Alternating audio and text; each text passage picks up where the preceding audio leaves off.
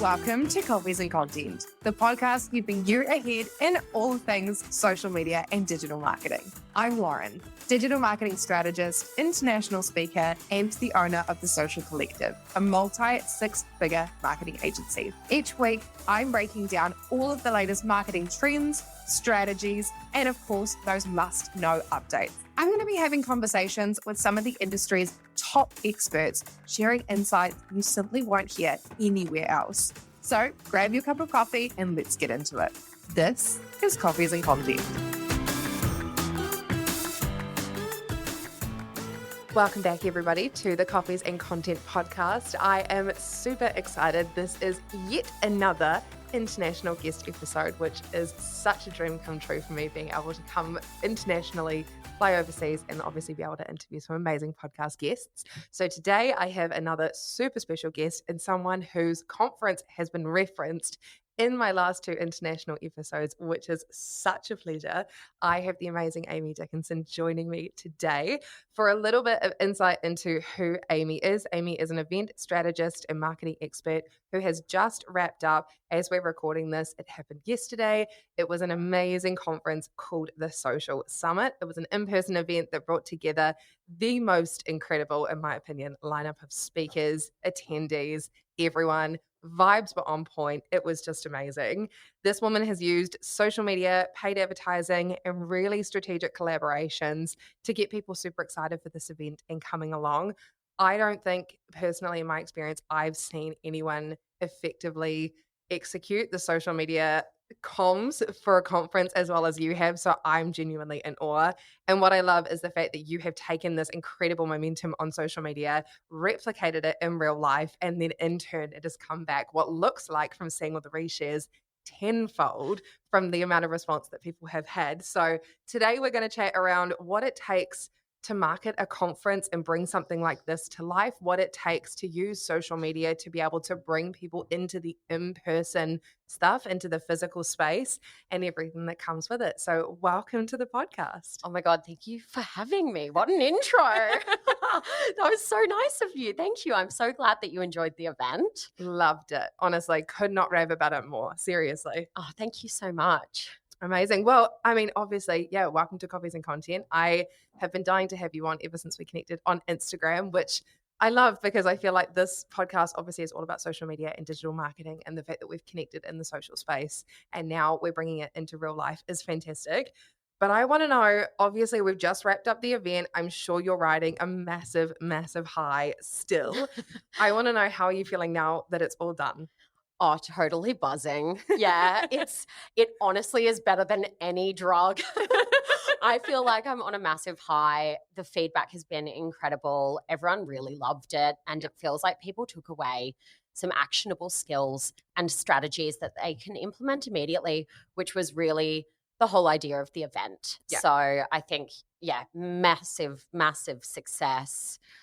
I'm going to give myself a pat on the back. You Killed should. it. Absolutely. You smashed it out of the park. It was, Thank you. we were just talking, obviously, before we started recording, around how I feel like this was the first conference I've attended in quite some time where there were so many things that we could take away. Every single person, whether they were brand side, agency side, content creator, influencer, whoever they were that attended, there was so much gold in what everybody had to share. And I think you organized the panels to perfection. It was all so well balanced.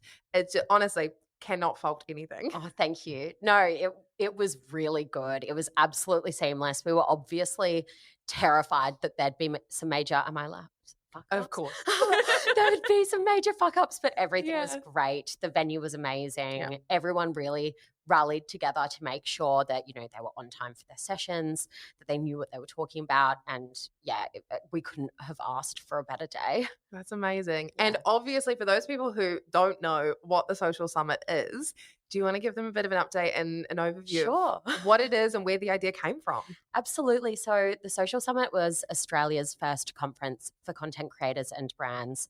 The idea was to bring together marketers, creators, and brands to discuss everything at the intersection of content and commerce. And the idea really came from being a creator and feeling like there wasn't a place that was a professional environment to discuss content creation connect with other creators and brands and marketers, and then make that connection between the brands and the creators and bring them together to the one room. I love that. And it's such a great way of explaining what it was. And it really was so nice to have all of the different kinds of people in the room together, which I feel like, I mean, I'm from New Zealand and back home we've got like different events. We've got Creator Con, which is basically where, I mean, brands can go, but it's a lot of sort of influencers and content creators. And there really isn't, in my opinion, which no shade, but I do think there isn't a ton in it for agencies who aren't directly connected to influencers. Whereas yesterday, I found that even being agency side and not doing a ton in the influencer space, I still took away so much insane value from the event. So you did so well to kind of balance it all together. And obviously Thank having you. different rooms that people could be in, the content track or the brand track, such a good way. Yeah, so that was the idea. We had 2 tracks. One was the content track and the brand track, as you mentioned, and both of them had slightly tailored content for whether you were a creator or a solopreneur or a marketer versus, maybe you work in the marketing department for a big brand, or perhaps you have your own agency. And so we just tried to create content that would be valuable for everyone that would be there. And of course, I know that you and your family have your own event company and you've done events before. Yes. Obviously, this is, as you said yesterday, this is a whole new thing that you've brought to life. And it was, I love what you said about how it was your dream to follow in your dad's footsteps, bringing all this stuff to life. That was so fantastic to listen to. I want to know why now? Like, what made you want to bring something like this to life? And what made you decide that, I mean, obviously not now, but last year and the year before when you started bringing all of this to life? What made you realize that now was the time? Well, yeah, you mentioned my dad's events company, and I like to refer to that as my unfair advantage. So, my dad runs an event company. It's called Equity Events, and he runs conferences in the investment sector. So, while my sister was on maternity leave, we looked at this format of conferences that we understood, and we wanted to create something that was more interesting to us. And being a content creator, I obviously felt like there was a lack of this sort of professionalized event and professionalized information for creators. And my sister, she works as a analyst in the investment space, so she understands the brand side of things. I understand the creator side of things, and yeah, we just sort of came up with the idea. And then as we started researching it, we realized that nothing like this existed. I listened to a lot of podcasts, so I'd heard about conferences like BeautyCon and VidCon in the US, and I know that they all started from these small meetups. I believe BeautyCon was actually just a meetup of beauty influencers. It was a lunch or a dinner or something, and then it sort of grew into this event, and now it's gone global and there's thousands of attendees. And we thought, okay, well, we have these successful prototypes that exist in other markets. Why can't we do something like this here? I think that's fantastic. And especially bringing something kind of like down under. And obviously, I've come over from New Zealand to attend because it really just isn't anything. Thank you so much for coming. Really hope it was worth the trip. It was 1,000% worth the trip. And honestly, things like this, obviously, I think we just don't have the population in New Zealand for this kind of event. But Yes. Australia is obviously the closest that we can get for stuff like this. And to see you bring something that would otherwise, like you said, be so much further away and be over in America and not necessarily accessible for obviously all of the people that attended yesterday. I think it's so fantastic to have something that's so much closer to home, and also with content creators and business owners that are local and listening to their experiences. No, absolutely. And from the response that we got from the event, we realized that the demand is absolutely there. 1,000%. We had people trying to guess the code for free tickets because they were so desperate to get their hands on a ticket.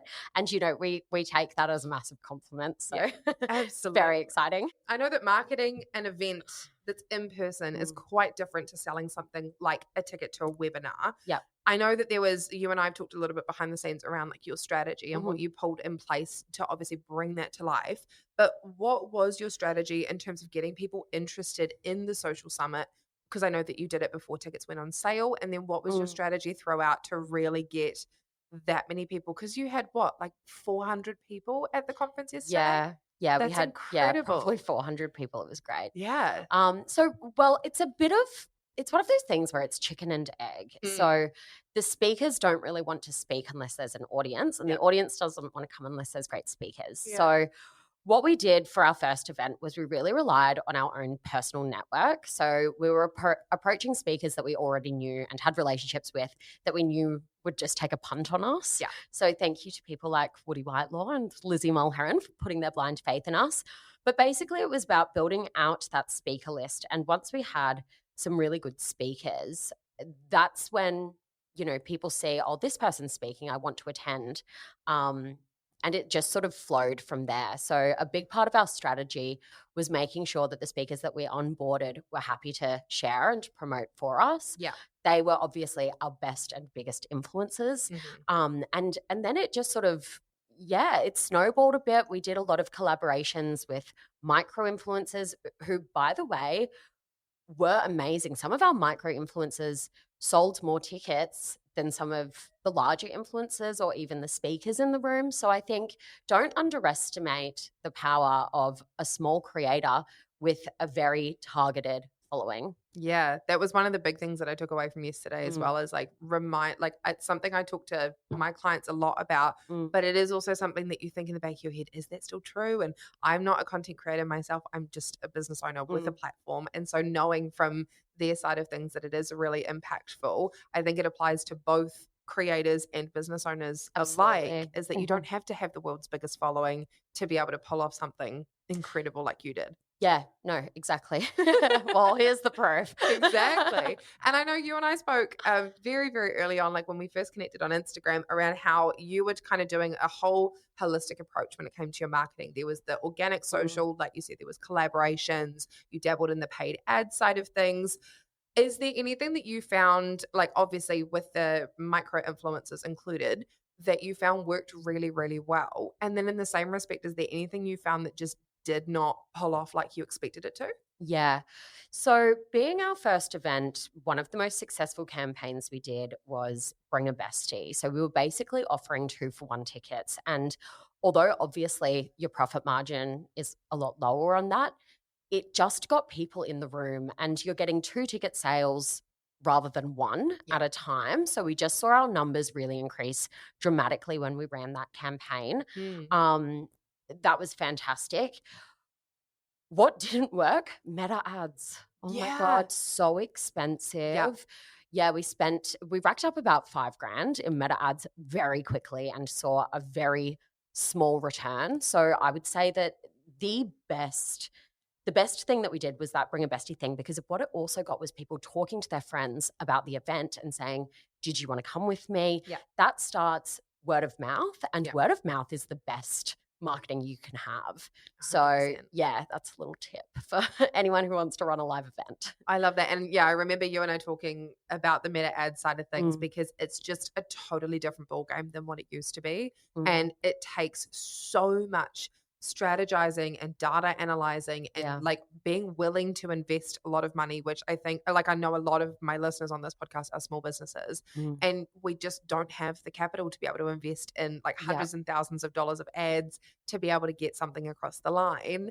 And so leveraging things like those collaborations that you've done, I think is such a great tactic. And it is really something that I hope that the people that listen to this podcast do take away. Yeah, I think, if you don't have a big budget, which is what we were working with, we didn't have a budget. Thank you, Dad, for the budget that we did have. But what we did have was the ability to give away a free ticket in exchange for some promotion. So we were trying to find people who had really engaged, really targeted followings, and we'd basically offer them a free ticket in exchange for posting about it. And that worked really well. We'd also give people their own discount codes. Something that we did was a bit of an affiliate marketing campaign. So we'd find someone who had a really targeted audience, we'd gift them a ticket, and then we'd also say to them, look, here's a discount code. If you sell a ticket, if any tickets are sold using that code, we'll actually give you back $100 from that sale. So it incentivized them to be posting about it as much as they could. So that was really successful as well. I love that. I think that's something, again, that all of the listeners of this podcast can take away, as well Mm. as that you don't, like you said, you don't have to have a big budget. Yep. And it's just strategically, I see a lot of people trying to do collaborations that may not necessarily be super strategic, or Mm. they give away codes and they're not tracking the analytics behind the scenes. Yeah, the tracking is really, really important. And that's why we had, I'm not kidding, probably 200 codes out there. So we knew where every single ticket sale was coming from. Yeah. And we can say, okay, this creator sold 5, this creator sold 2, this creator sold none. So next time we can look at that data and say, well, we know who we're going to work with again. Exactly. When it comes to the return on investment that you're looking for, obviously, given that it's your first event, did you go into this saying to yourself and obviously your team of, this is exactly the ROI that we want to see, and these are the particular metrics that we're going to track? With return on investment, we never expected to make a profit for this event, and we didn't. We saw it more as a branding exercise. We knew that once we get influencers in the room, it will organically just spread. Yeah. You know, if you get the right people in the room, that's your marketing tool. Mm-hmm. So, yeah, it was really about just making sure that we had the right people in the room, giving away tickets to people who we wanted to be there, and then just letting them create the content. I mean, they're the influencers, right? So, and that's what they did. Like, we have been tagged in so many stories. Our followers have just skyrocketed over the last 2 days. It's been incredible. And once you've got that momentum, keep going. So, you know, as much as I want to relax this weekend, I'll be looking at venues for Sydney because people are excited about it. People are talking about it. So let's give them a date for Sydney and let them plan for the next event. I love that you're leveraging on that momentum that you've got right now. I think that's something that people can really take away.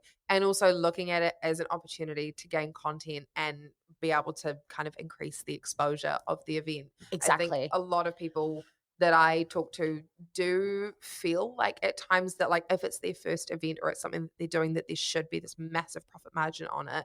But I'm taking the same approach with what you've done on a much, much smaller scale, but running a business retreat back in New Zealand at the end of this month. Yes. Same thing. I'm doing it purely so I can get content for future advertising stuff. Yeah, exactly. And if you get the right people there, they'll create that content for you. Exactly. And it's almost like a UGC marketing exercise. Exactly. And I feel like that speaks perfectly to what the whole conference was about anyways.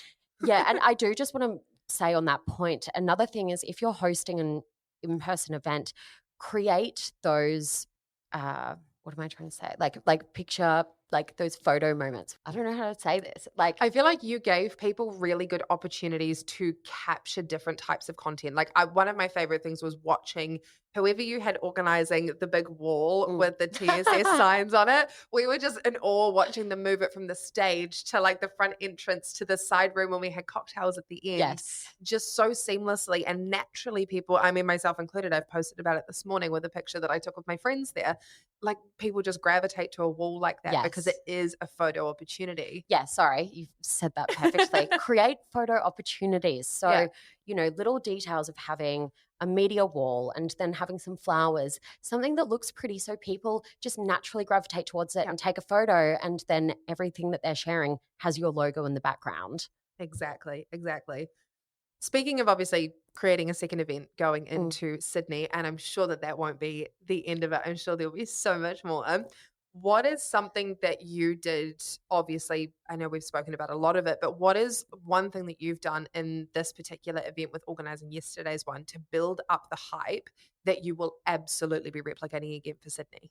Well, I mean, if they'll work with us again, the Merch Girls merch was fantastic. So we had this amazing collaboration with Merch Girls, and basically they created these gorgeous VIP merch packs for the first 300 people to register.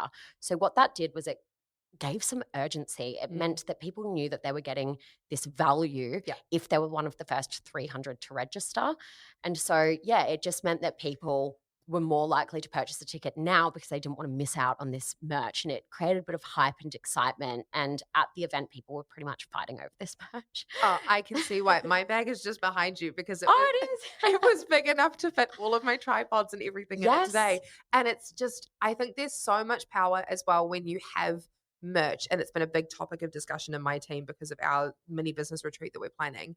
having good quality merch and Yeah. good quality products, good quality food. Everything that you had was really well curated and it was Mm. just of the highest quality, which I think as someone attending an event is super important to remember. Do you feel like that's had any impact on the way that people have perceived the event that you put on?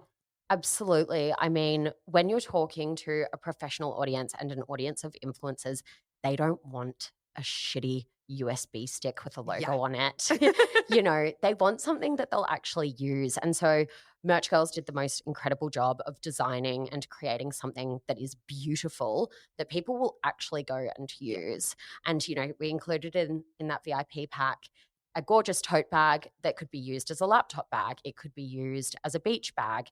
We also have a cap that looks cool. Yeah. And we've got a water bottle that's functional. And everyone loves a good water bottle and it actually works. It keeps the water really cold. Yeah. So stuff that people actually want. Yeah, there's just far too many conferences out there where I feel like you go and you open up this goodie bag and it's filled with like 50 pieces of paper Oh, and yeah. they're not giving you anything. They're just giving you, it's my biggest pet peeve. There's no value in Yeah, that. it's just coupon codes. And I'm thinking, I've already paid money to go to this event. I don't want to be paying more money to buy extra products. Exactly. Obviously, goodie bags are always an extra added bonus, but you want something that you're happy to rep the brand. And I think you've done that so fantastically with the Merch Girls collab, is it's not just a whole bunch of stuff. It's Yeah. got your branding on it. It's your colors in collaboration with them. Even the cap having TSS on the front. It's just a way that people can continue to rep your brand in person. Exactly. And we actually said no to people gifting samples. So we had a lot of people come to us with great intentions, Yeah. but they wanted to give away samples at the door. We didn't want to feel like a shopping center where you're walking Yeah. through and you're given a sample that ends up in the bottom of your bag and then in the trash bin. We wanted to give people value. Yeah. And if you give some people something that's beautiful that they'll reuse, as you said, they'll become brand ambassadors for you without even realizing it. Oh, 100%. I've done that with the QV stuff Mm. that was in the bag yesterday. I Right. came on this trip and I bought no moisturizer and I opened my bag yesterday and I was so excited to see Yeah. a night cream and a serum in there. And I've used both of them in the last 12 hours. Yeah. And give them a full-sized product. Yes. I just don't think there's any value in these tiny samples that people will take home, never use. Give them something that they'll actually feel like, okay, this is a product that I'll pop on my vanity and I'll use that every day for the next 6 months. Perfect. I love that. I think that's so fantastic. And I know that obviously we've talked a bit about the digital side of things and then how it's kind of come to being in person. Obviously, it's one thing for people to purchase a ticket online or to go, especially with your like bring a friend promo, getting tickets with your friend and then having them and then coming along is a whole different story. What have you guys done, or is there anything you've intentionally done to consciously make sure that the people that are getting the tickets are also turning up on the day and getting bums on seats? Yeah, so we gave away a lot of tickets being our first event. And that was just because we wanted to make sure that we had the numbers and the right people in the room. But what we did was we sent an email to all of the people who received free tickets and we said, our event is sold out. We are now looking to reallocate any tickets. So if you cannot make it, let us know. This is important for catering so that we don't have food wastage and so that we can reallocate tickets and give them to people who will actually be showing up. And that was great because most people did respond. We got so many people saying, I'll be there, wouldn't miss it. I'll be there. So that was great. But we also got some people saying, unfortunately, I can't make it. And those people probably never would have told us that they couldn't come had we have not sent that reminder and also made it clear that we don't want food wastage and we don't want ticket wastage either. And, people generally will respond if you ask the question. So it's just about making sure that you have those comms going. 100%. I think that's so important is to remember that it doesn't just stop at the purchase. Again, I've seen a lot of events over the years where people will, like, you buy the ticket and you just never hear from them. There's no confirmation. There's no reminder that it's coming up. And then you forget about it if you don't put it in your calendar or you write it down in your diary. Yeah. So I love that. And I love the concept too of the no food wastage, making it not just about them. It's also about the environment. Yeah, exactly. And I think people are very conscious of that sort of thing these days. Yeah, we made sure as well that we had a lot of messaging on our Instagram pages, on our TikTok, using all of those channels to just make sure that people knew that the event is on.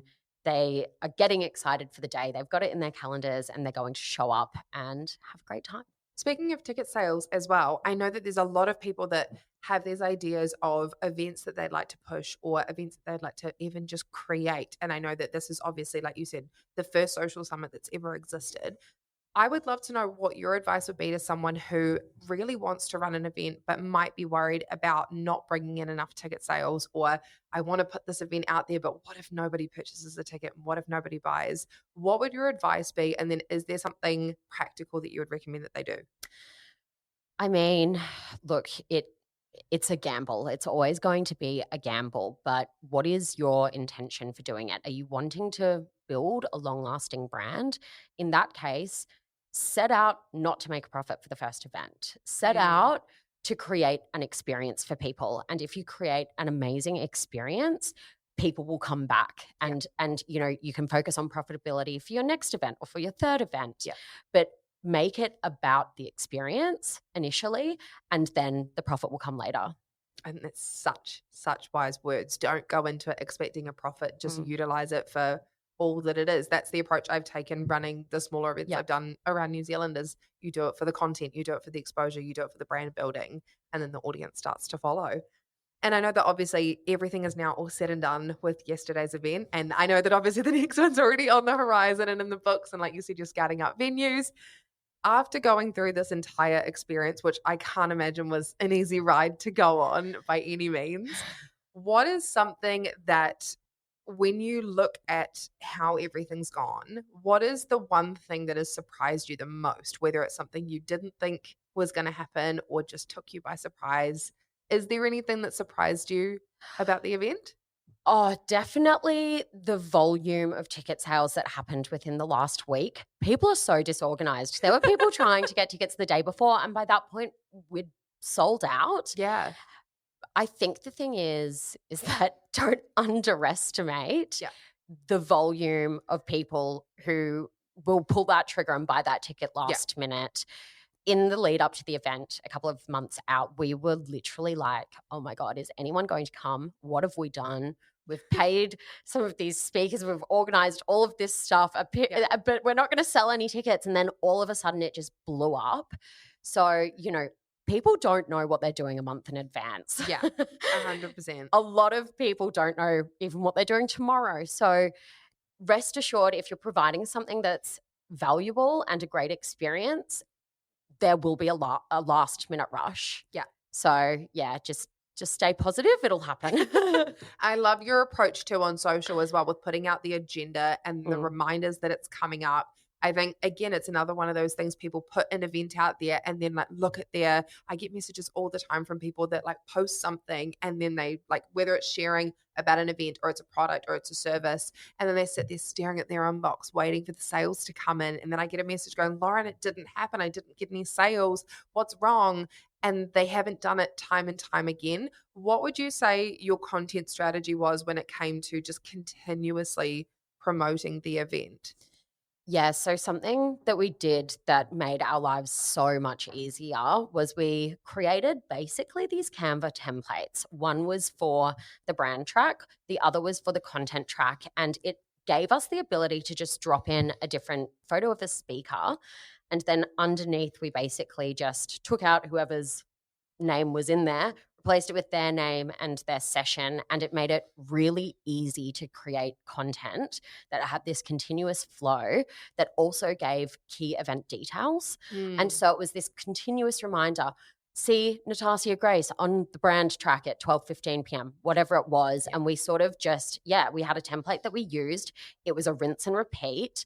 And also when you're constantly showing this person's speaking at this time and someone sees one speaker and then they see another one and then they see another one, they're like, oh my God, this lineup is amazing. It generated so much hype and so much engagement, and it also made it really easy for our speakers to reshare the post. So we'd post it to our grid and then we'd post it to our story and we'd tag the speaker. Lower those barriers of entry for people to reshare your content. Make it easy, make it seamless, because people don't want to set up their tripod and do a piece to camera about your event. It's never going to happen. But if you upload something to your story and you tag them, it's a click of a button for them to reshare it. they'll do it, and they won't even realize that they're influencing for you. Exactly. I want to ask as well because obviously yesterday everyone that spoke was part of a panel and whether it was sort of like a one-to-one interview or it was like a group panel, there was a lot of like everything was kind of group people on the stage. It wasn't just singular speakers speaking. Was that an intentional choice for the event to have just panels as opposed to people giving solo presentations? Yeah, it's something that's sort of evolved. I guess we just thought about what would give us the most value as attendees. And I think as much as you can get a lot of information from one person, you can get more information from a group of experts. And it also means that someone will say something and then someone has something else to contribute. And it creates these conversations that are so interesting and engaging. And so we did want to have a bit of variation, but yeah, we just thought that would give the most value, and it's just how there wasn't much strategy behind it. We just thought it would be good. I personally really loved it. I thought it was so nice to get lots of different people's perspectives and opinions on all of the different topics as they were going throughout the day. And there were some things that one person would say that then somebody else would echo, and it either reinforces it or like it just kind of, they put it in different ways of, I guess, when it comes to framing it. But I also think from obviously a marketing perspective, that's such a smart strategy to utilize multiple people in panels and have, like you said, you were making the barriers to entry almost non-existent so that they could easily share this event rather than being so specific on having lots of individual people that, I mean, I've been to conferences where they have lots of individual speakers that never share that they are attending the conference, let alone that they are speaking. Exactly. And it was so nice to see so many people rally around this event to bring it to life. Yeah.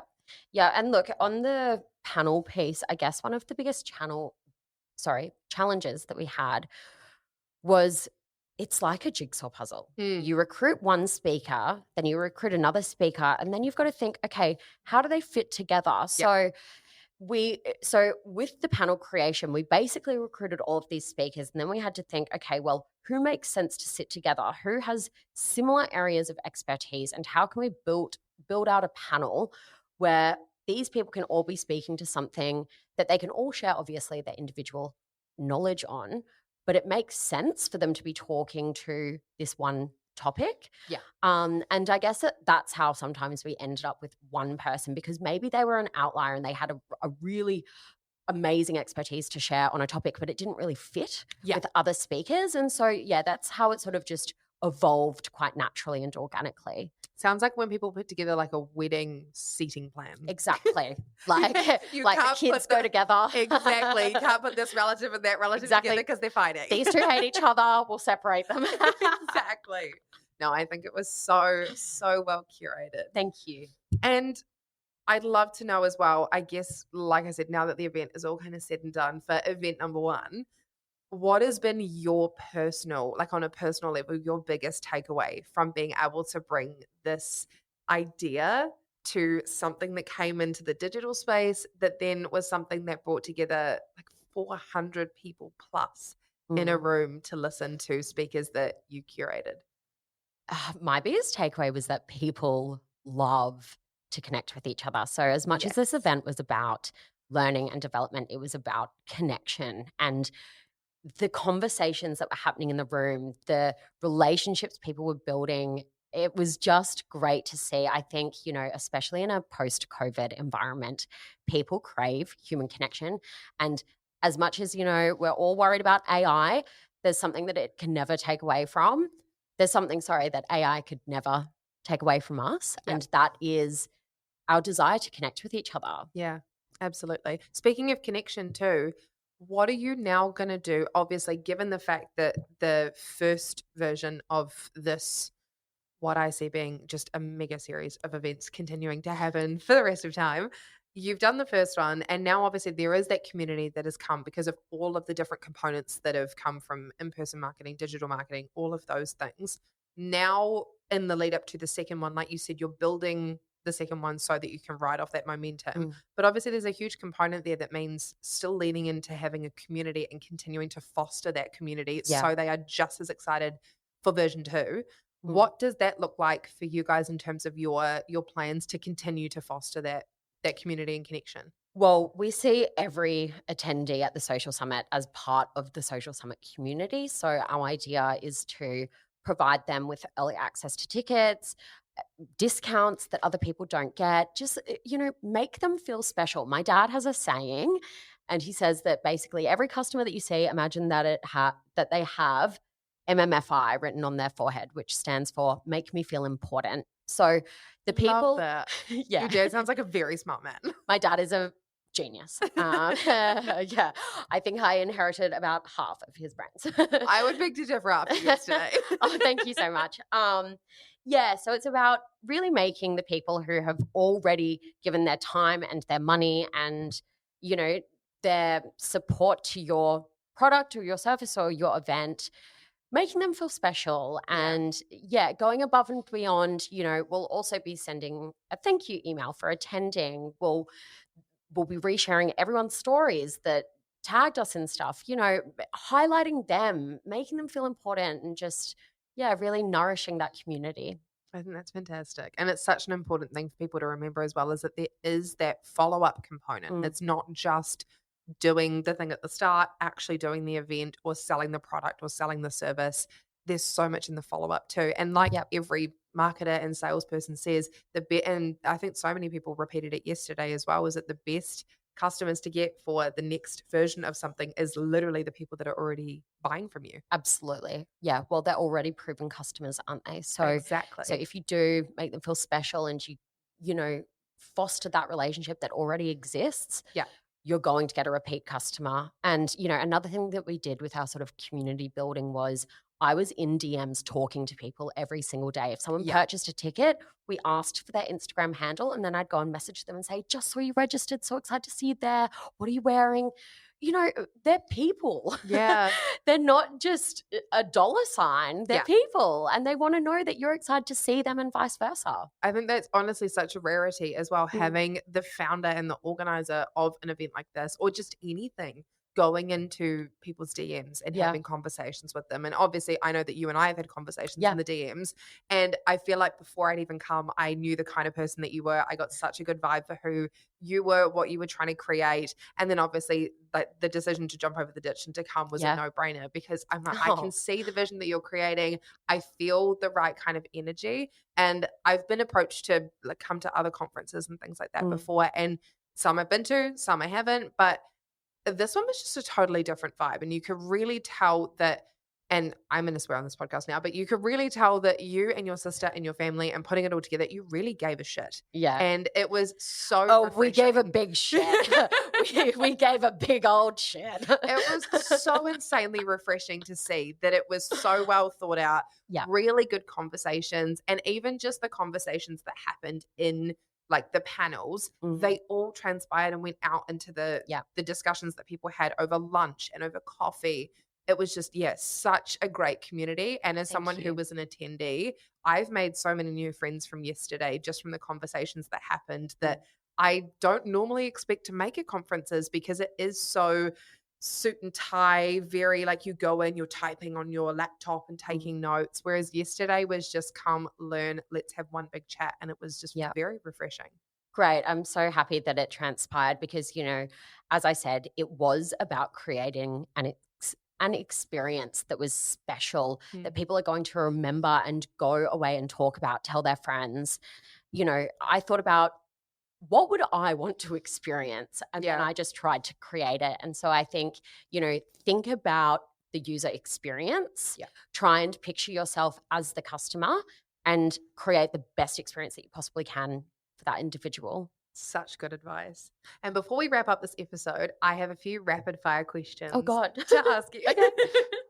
First ones first is, what would you say is the biggest lesson that you are taking away from running this very first version of the Social Summit? Be really organized with your communication. My sister, she is an expert email writer. Just the way that she organizes and processes information and makes everything really clear for the people that you're working with. Yeah. Again, lower the barriers to entry. People won't read or respond to an email if it's just a disorganized mess. Yeah. But if you are really clearly communicating your messages, people will understand what's expected of them. They know they need to be at the stage at this time. They know that they need to register by this date, all of that sort of stuff. And obviously there was stuff that we didn't do right. Like we would definitely have a cutoff date for registrations for free tickets, for example. Yeah. We had people the day before trying to get free tickets. And at that point, we just couldn't give away any more freebies. Yeah. So, you know, there was all of those sorts of learnings. But yeah, be really clear and just make things simple. And speaking of that, what is something that you are like, this is an absolute must, and I will definitely do this again for future events? Oh, the merch girls merch. If they'll work with us. Shout out to the merch girls. Shout out to Di and Hannah from Merch Girls. You're amazing. Yeah, doing that. And then also, as I said, creating the content for people to share. So another thing that we did was our affiliates that we worked with, we created a Canva document that basically had all of the event details. It listed all of our speakers. It had the time, it had the date, and we sent that photo to them.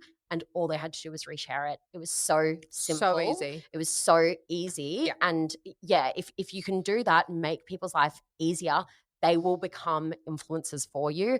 But if they're going off and having to create their own content, like it's never going to happen. Absolutely. Just doing the work for them and then just utilizing them for the connections, collaborations, and audience. Exactly. I love that. What is a marketing strategy that worked way better than you had expected? The Bring a Bestie campaign. That was definitely amazing. As I said, it got people speaking to each other. It got people excited, and it meant that we were just getting 2 ticket sales rather than 1. And that just really saw a massive boost in numbers. So if you're struggling for numbers, just do a 2-for-1 sale. Yeah, I feel like that works so much better too. I talk about it all the time with the clients that work with us at Social Collective, that is so much more valuable doing like some kind of promo like that versus a giveaway, because people think, oh, giveaways will get me numbers. Giveaways will get me like having people come in the door. But those people that are getting tagged and getting shared the content with are only doing it for something free. Yes. Whereas yours are looking at it like there is a component of an investment that I do need to make. And then I also get to bring you get value as well. Exactly. Yeah. And also people are a little bit shy to turn up to a networking event like that on their own. Yeah. So it just meant, okay, well, if I can bring a friend with me, I'll have like my little support friend. Yeah. And then, you know, you can go off and meet other people and feel comfortable. Exactly. And is there, well, I guess we kind of talked about it, but what was the strategy that you just didn't vibe with, that just did not work? Meta ads. I had to add it in again because I'm like, it's something that I think people think is the thing that you're supposed to be doing. But actually, if you utilize all of the components of organic marketing, you can pull off something so much better. You know, we actually had some companies say to us, oh, you haven't done meta ads yet. And then when we did them, we were like, why are we doing this? Yeah. The conversion was terrible. The best thing that we did was DM people. We were stalking people, trying to work out, okay, this person is a Melbourne-based podcaster. Yeah. They might like to come, and also personalize that message. So say to them, hey, I saw that you have a podcast. I listened to your last episode. Loved it. We're doing this event. And then sort of make your sale. Yeah. Approach it like they're a friend, rather than just like you're like a bot sending a message to a million people. Personalize it. Make them feel important. I've been talking through that with one of my clients at the moment of how to do those conversations and start those conversations in a way that doesn't feel uncomfortable and that still feels really true and authentic to you. And I think, what you guys have done, especially being on the receiving end of having comms with you on Instagram, you nailed it. Yeah. Did we start talking because I DM'd you? Yeah. I think you there you go. Exactly. And that's why I'm like, I had to have you on the podcast, because I feel like you found me in such a good way. And I looked at the way that you found my account and obviously like invited me to come over and like looked at the kind of stuff that I do and realized that there was that alignment. And I think that is being on the receiving end for a change, which normally I'm on the other side of things where I'm doing this for clients. Being on the receiving end, I was like, I have to have you on the podcast and I absolutely have to come to this event because it's been executed just so well. Yeah. No, well, obviously I was a bit nervous when you said to do it on Friday, because I was like, I'm going to be so hungover. You have done incredibly well. Ooh, I am sweating a little bit. You've done so well. And I think my last question would be, I guess, for those that are listening, because I have a lot of like a small business community that Yep. follow this podcast, and I absolutely love every single one of my listeners. For those that want to do something, whether it's to this scale in the future or even just on a much smaller scale, and they want to start an event, but they have next to no budget or they don't know where to be putting their time and effort and energy, what advice would you give them? Find a rich family member. No, I think, look, there's nothing wrong with starting small. You know, as I said, BeautyCon started as a meetup with beauty influencers for a dinner. Yeah. You can do that and you can grow into a conference. Yeah. So, you know, start small, test the market, see if the demand's there, and then grow. Yeah, absolutely. I think that's such good advice for people to be able to take away. So to wrap up this podcast, where can people find you? What can they be tuning into? Obviously, I know that Sydney is coming up. Yeah. Where can people find you and what should they be following you on? Okay, so firstly, follow us at The Social Summit on Instagram and TikTok. Our website is thesocialsummit.au. And if you want a bit more spicy content, you can follow my TikTok, my personal TikTok, at Ames Dicko. I do basically comedy stuff. I talk about my life, my terrible dating experiences, you know, all the fun stuff. So amazing. Well, thank you so much for coming on the podcast, especially the day after your big event. I really appreciate it. And it was so wonderful. I know that my listeners are going to be able to take away so much from this. And I can't wait for the second Social Summit. So bring it on. Oh, well, obviously, you've got a complimentary ticket to the next event. Thank you so much for having me on and for coming. We feel so privileged that people actually came across the sea to attend this event. Like, wow, we are, just overwhelmed with the love and the support. And so thank you for coming and thank you for having me on the podcast. And I've listened to a lot of your episodes and what you do is amazing. So congratulations. Oh, thank you so much. And I will see all of you in the next episode. In the meantime, make sure you're following Amy everywhere that you can find her. And I'll post everything in the show notes and all over my socials as well. So make sure you tune in. Amazing. Thanks, Lauren. Bye. Bye.